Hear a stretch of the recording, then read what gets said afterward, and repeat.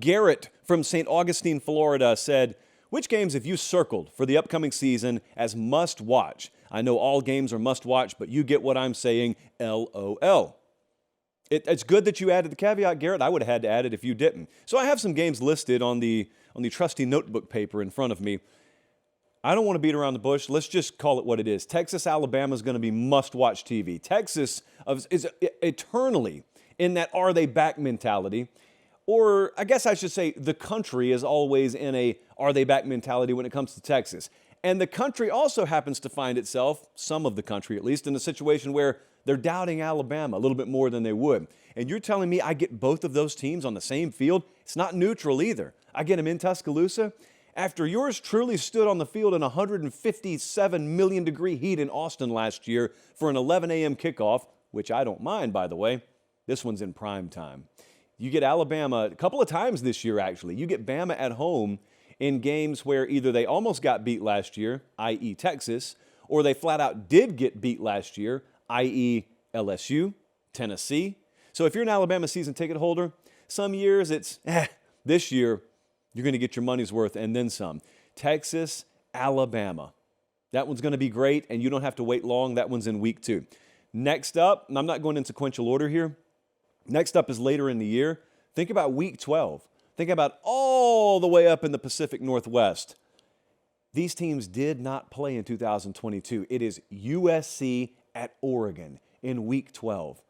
I have experienced Eugene. I've experienced Autzen Stadium when the other team from LA is there, when UCLA is there.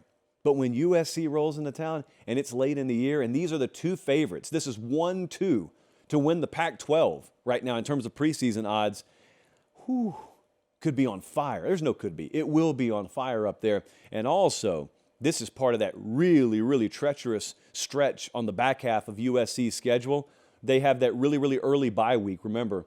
And so they just play a bunch of games in a row to end the season. And Oregon, on the other hand, think about what it could be. It could be Caleb Williams trying to win his second consecutive Heisman Trophy. He's the best quarterback in college football. Then you got Bo Nix up there, a guy I have no doubts about. Like, I think the world of him, but some people push back when I or anyone else says good things about him because they say, oh, Bo Nix. They still have like the Auburn Bo Nix stigma in their mind. Maybe it takes more than 1 year to shake it. Maybe you didn't watch him last year. I don't know.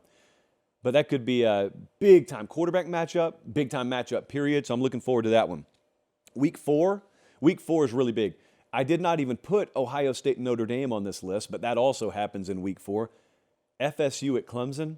And I want to put a finer point on this. So week 1 for both teams is going to start to put the magnifying glass in focus a little bit on what week 4 will look like. So Clemson goes to Duke week 1, Labor Day night. Standalone game, as we would call it in the business. And you may think, oh, big deal, that's a tune-up game. No, it's not. Clemson's favored by 12. So it's a losable game. And with their offensive struggles last year, and with the way Duke really played above their skis last year, and the way Duke does not have a question at quarterback, Riley Leonard's a very good player, and we think Cade Klubnik will be, we get some of those questions answered in week 1 is the point. Meanwhile, you know what's happening down in Orlando. You know FSU is playing LSU at a neutral site, and the only bad thing about that is the fact that it's at a neutral site, because the rest of that is awesome. I got a question for you. Now, let's think beyond the ACC for a second. Let's just allow our minds to drift towards that early September, sometimes nonsensical but always present college football playoff talk. Let's just say, for the sake of argument, let's just say that FSU wins 30-27 against LSU in week 1. Okay. I think instantly, if you're not already taking them seriously as a national title contender, you would start talking about them. Then you would look at the rest of their schedule, and you would say, all right, who's up next? Who's up next? And everyone's mind and eyeballs would eventually go to week 4, and you would realize, oh, they're on a collision course with Clemson, and they play at Clemson, and I don't have to wait until the back half of the season. That's late in the year, and these are the 1-2 in terms of odds to win the ACC. Oh, and they're both in the playoff picture. Wow. And also what we get, I assume that night, I assume that'll be a night game. What we also get that night is we get something we don't get nearly enough of. And if you're a Clemson fan, I assume you will wholeheartedly nod that head in agreement with me here. We don't get enough big Clemson atmospheres. because you're always favored by too many points. It's your fault for being too good, I guess, and it's the rest of the conference's fault for not keeping up. It should be that we think of Clemson football, we think of a dominant stretch, few championships mixed in, but we think of legendary home atmospheres. And instead, we don't, because there haven't been enough of them.